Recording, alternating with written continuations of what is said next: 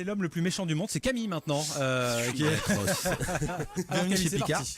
Allez, c'est lundi et comme tous les lundis, il est temps de revenir sur ce qui s'est passé la semaine dernière.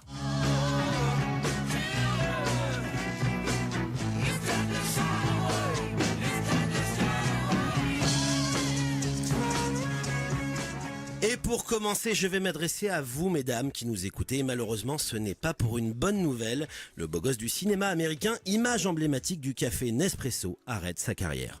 En effet, l'acteur George Clooney a annoncé la semaine dernière qu'il mettait sa carrière cinématographique entre parenthèses.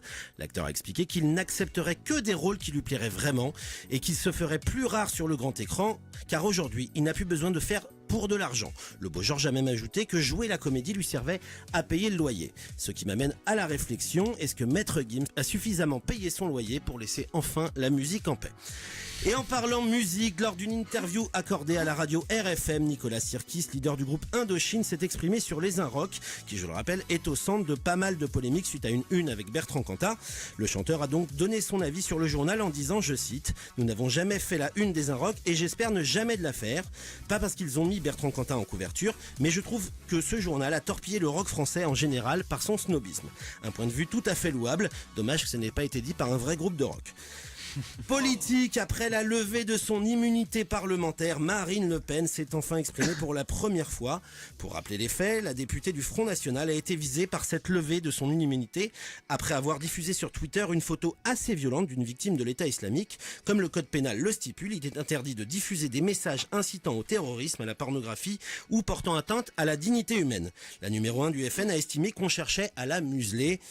En même temps, c'est un peu normal de museler un chien méchant, non ? Technologie, le célèbre réseau social permettant de diffuser des photos et vidéos pendant un temps limité, Snapchat va être remanié. Le PDG de Snapchat a annoncé vouloir retravailler l'interface de l'application car il la trouve trop compliquée. Alors pour les plus vieux, Snapchat est une application permettant de montrer aux autres des moments inutiles de sa vie et qui a un énorme succès auprès des jeunes. Maxime nous en parlera tout à l'heure.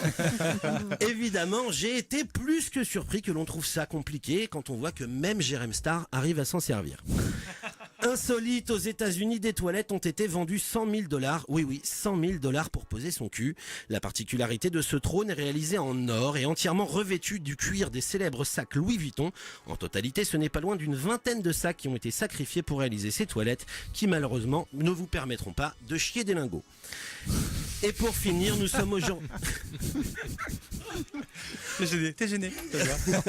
Ça se voit. Non mais moi je suis client, pipi caca c'est mon délire. Donc. Bon, la dernière, c'est moins drôle. Et pour finir, nous sommes aujourd'hui le 13 novembre et cela fait 2 ans, jour pour jour, qu'ont eu lieu les attentats du Bataclan et du 11e arrondissement. Alors pas de vanne pour conclure, juste une immense pensée envers les victimes et leurs familles.